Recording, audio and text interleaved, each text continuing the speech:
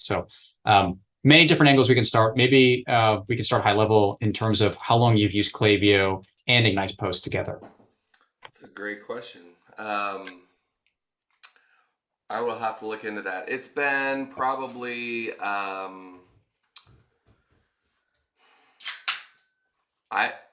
I don't know. It's been probably a year and a half, I would guess. If I'm guessing, that's probably the time frame. Yeah. Um, you know, I'd have to go back and look through our correspondence and figure that out, but um, and maybe you guys can assist me on that.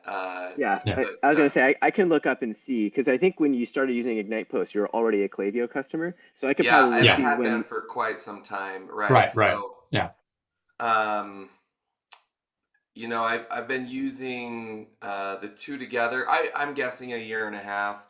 We were looking for um, ways to, and this goes into some qualitative, but Yeah. ways to engage customers that were not,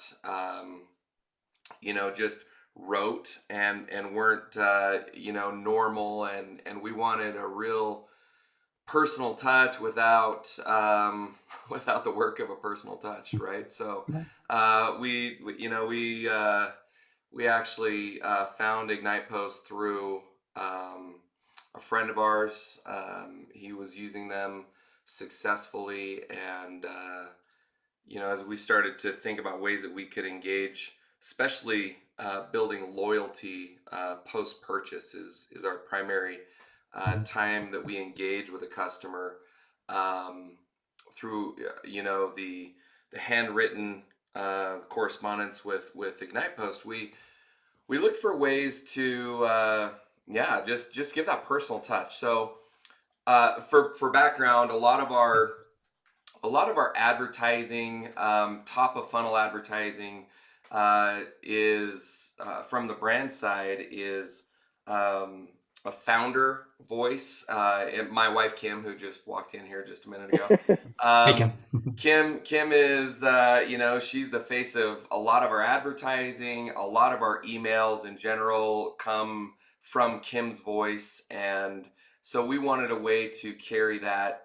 forward as well and create kind of more an intimate relationship, or the perception of that intimate relationship with Kim. So the Ignite Post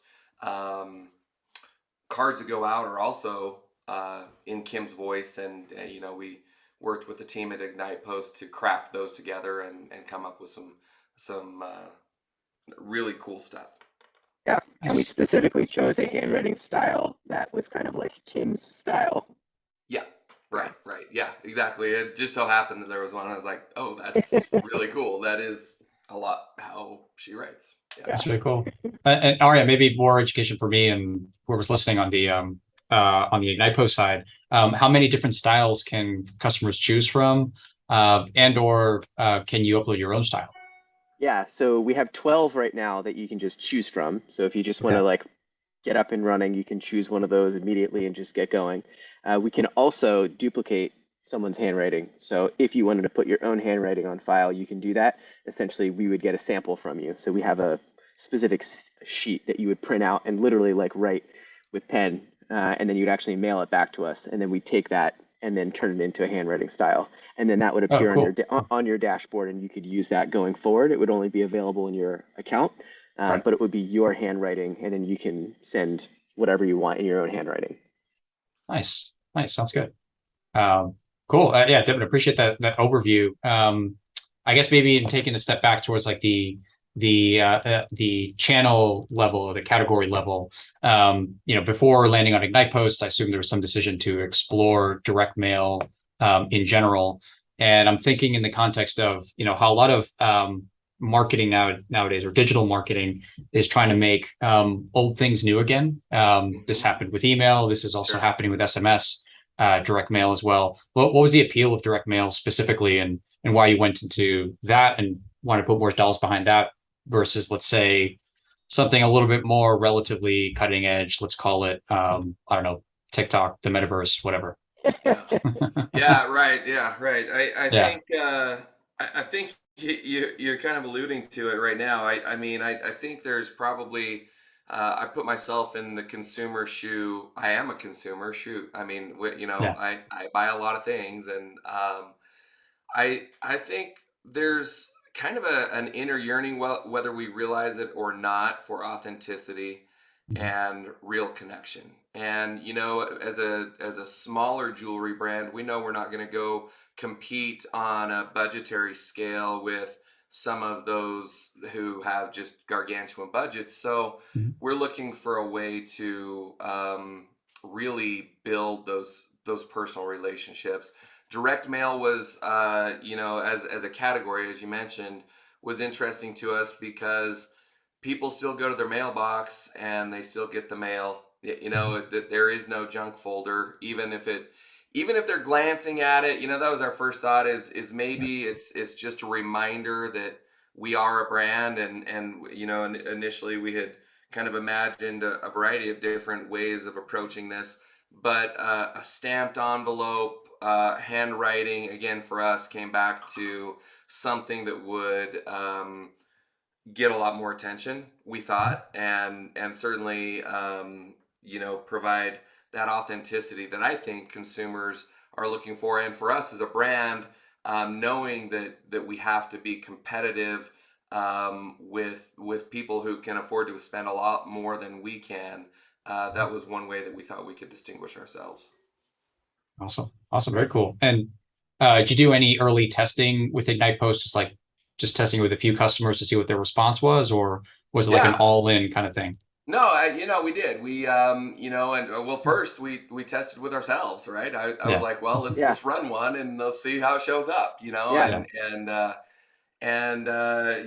I showed up and I was like, that's really cool. It's amazing. So, we kind of designed within the interface there. We have a brand logo and an open card that then has Kim's writing and message on there, and we actually send in a series, which is interesting too. We've tested a few different ways, but um, we have a cascading logic in our post purchase uh, flow that after their first purchase there's an experience, after the second purchase there's an experience, third, fourth, fifth, sixth, and so on.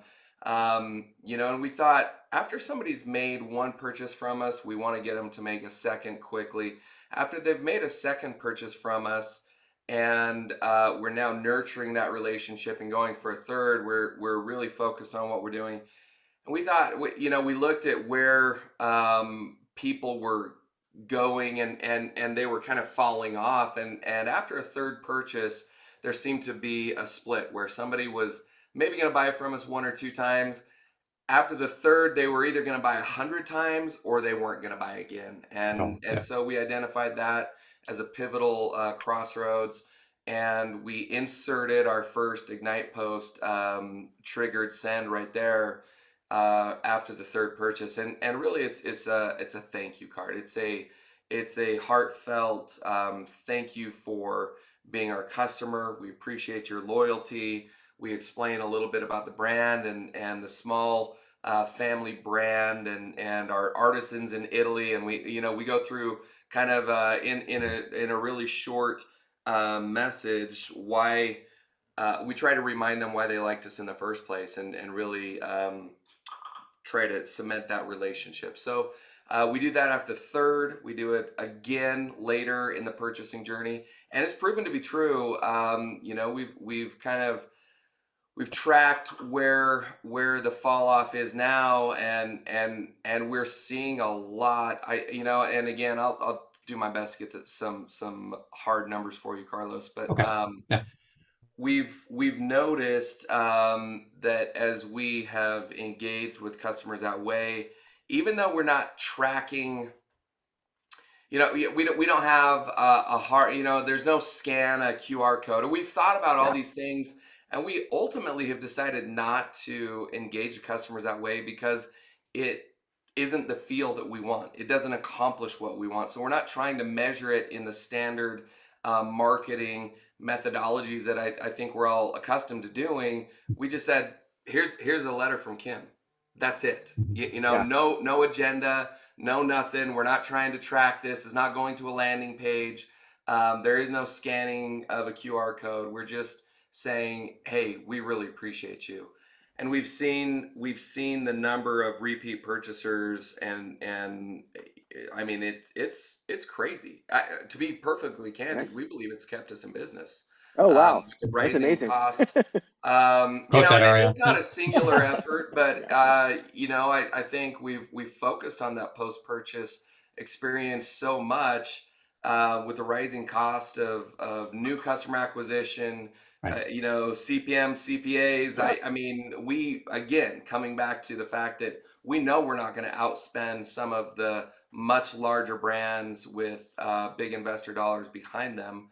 So we have to figure out a way to get customers back and increase that loyalty, and we feel this is a big part of it. Nice. Got a great soundbite there, Nice. Aria. I know, that's amazing. Nice. Yeah, yeah, great to hear that. Devin, curious about or curious to learn more about the you're talking about the implementation, but as far as what it means, big picture with the balance between the emails you send through Klaviyo today, the direct mails you're starting to work in. I'm not sure if you use Klaviyo for SMS text messaging I today. don't. Do you use that, Claire? You don't? I Okay. do not. Yeah. So between email and direct mail, how has this kind of changed the balance? Do you feel they complement each other nicely? As one sort of cannibalizing the other? Where is it today, and where would you like it to go?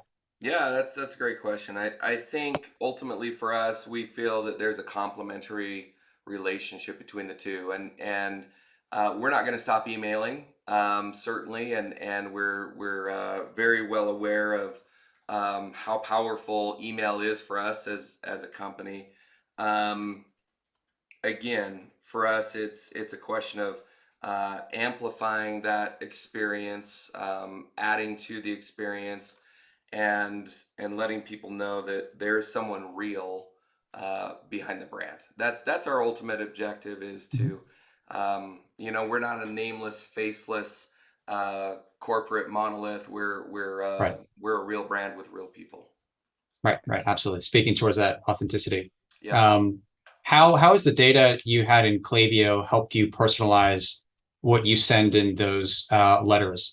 Is there anything you put in the letters specifically to make it a little bit more either heartfelt, Yeah. personal, bespoke to that person? Yeah, I know that functionality exists. We do not.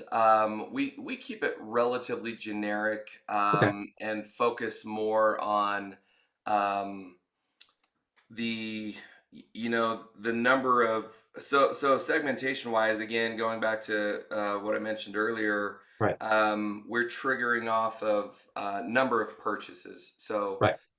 369, I believe, is what we've got it at. Mhm.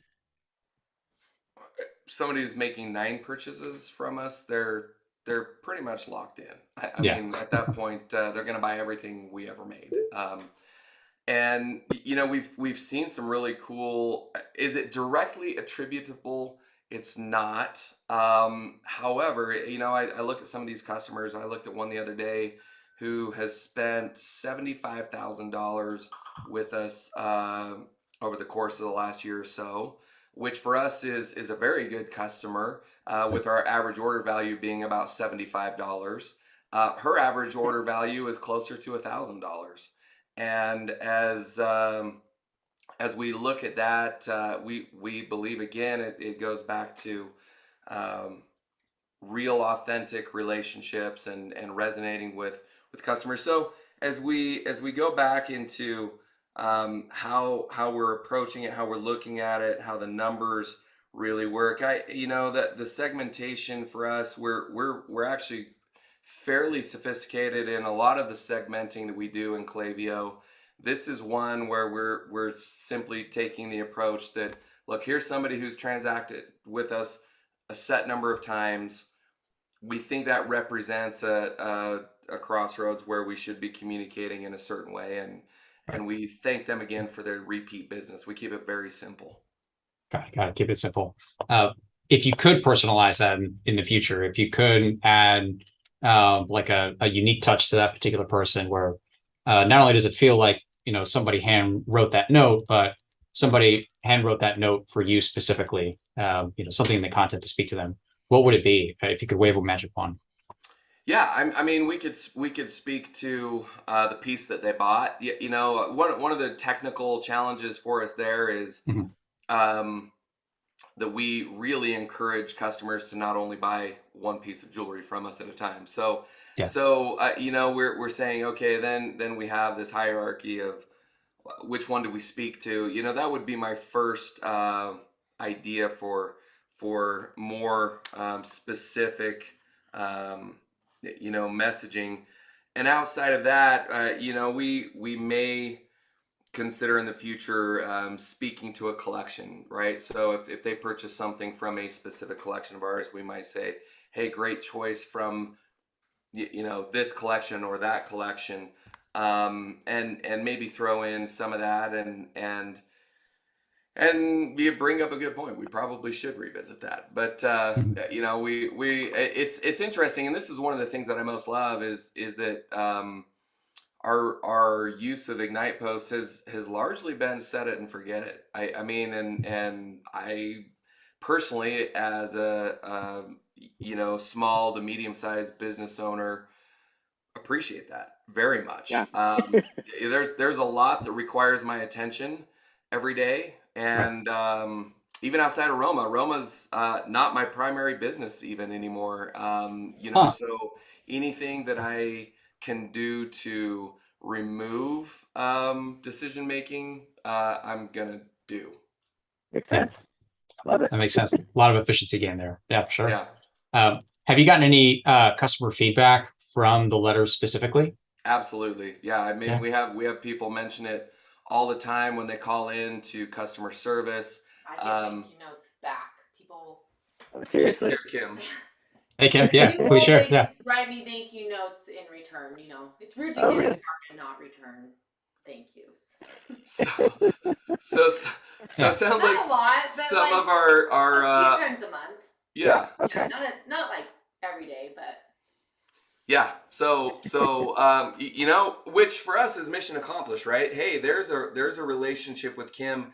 We actually have people I know calling into our customer service and saying, "Hey, I was hoping I could speak with Kim," which she's not there answering the Yeah. phones normally, but it I do think yeah, we've seen comments on our advertising like, "Hey, I got a personal note from Kim, and I just love this brand so much." We've got these return thank you notes being written. We've got just largely, and again, it's pretty difficult to quantify that, but the overall energy and the feeling that's reflected in the comments on our everything from product reviews to feedback on ads to our customer service feedback, points to this being a really favorable experience and something that people found unique enough to go out of their way to comment on or And right make back. Yeah. actionable on their end. Yeah. Yeah. Yeah. Super cool. And maybe just starting to wind down here. Devin, any advice for other brands out there that might be looking at using direct mail and Klaviyo together, IgnitePOST specifically and Klaviyo together? What would your advice be in terms of, hey, would this be a good fit for you? What are the things you should look out for or prepare for? Yeah, I mean, I think my advice would be if you value your customer relationships, be creative and think of ways to really encourage your customers to care about you and show that you care about them. And for us, IgnitePOST has been an incredible fit for accomplishing that. So my suggestion would be to do it. Uh, do it. Set it up. Put it on autopilot like we have, Right. and there's really no. We looked at the pricing model. We looked at everything that we thought should be a consideration, and it made sense to just do it. So that's my suggestion. Sounds good. Love it. Great way to cap it off there. All right, Yeah. I'll open the floor to you for questions. I know we got a few minutes left here. Yeah. No. This has been great. This has been awesome. I've learned a bunch here. and I really liked kind of like, I remember when we first went through and set it up, like a lot of the things that I know Devin was doing, he actually was using the power of Klaviyo and segmentation to actually do most of the heavy lifting. And so that Right. actually, I think, is what allowed them to do this kind of like autopilot, set it and forget it, because they have this really unique, like cascading flow kind of Mhm. array. And so that is what, like, when your question about how do you use data to kind of personalize things, yeah, that's actually how they're personalizing things. It's like this kind of cascading Right. array, which then allows the actual messages themselves to be more generic because they know, okay, if they're getting this message, they bought from us 9 times and they're basically like family at this point, so we can talk to them in this way. So Right. Right. that's kind of getting back to your question. Like that was a really unique thing that I think it's unique to Roma because I think a lot of other folks they'll do personalization, but they'll like use the merge variables and kind of do it Right. that Little way. things like that on the content. Yeah, Yeah. but they're really using Klaviyo to do a lot of the heavy lifting At of the high like level. Yeah. segmenting, and Yeah. then that allows them to like really like speak because they know anybody that's getting this card is like in this bucket. So I thought that was really unique. So that's just an observation that I had from Nice. a third party. Yeah. Yeah. Yeah. It's a good call out. Cool. Devin, Yeah, anything you'd add here at the end? Sorry. Go for it. No, I think, and again, I love the question because, I remember as we started looking at tools, as we started looking at software options and solutions, as we were getting started as a new, relatively new e-commerce business coming out of where traditionally our business had been only bricks and mortar. We started to look for these solutions and we were mimicking what we saw big brands doing. And so another piece of advice I would have for somebody who is just starting out and looking at scaling their business from maybe looking at 6 to 7 figures and beyond would be to embrace that personalization and really speak to people in an authentic way. I know I've mentioned it several times, but doing that has been an absolute game changer for us as a brand. Having a face of the brand who is involved in Mhm. the designing and the manufacturing process and be with our voice as Kim Yeah. for the brand. I would encourage people to think of ways to not just follow the big brands. Don't do what they're doing. Yeah. Largely would be my best advice. Do what you do and think about it in a much smaller, more intimate and personal way. Love that. Love Nice. that. Last question here for you, and I'll let you go. I know my team would hate if I didn't ask. But Devin, is it all right with you if we use quotes from this recording? We'll send it to you beforehand, for approval. But in any promotional materials we work with Marianne on. Yep. Sounds good. Cool. Beautiful. Thank you so much, and thank you, Kim. Yeah, I appreciate it. Thanks so much. It was good to see you guys again. Yeah. Likewise. Yeah. Excellent. Thanks. All right.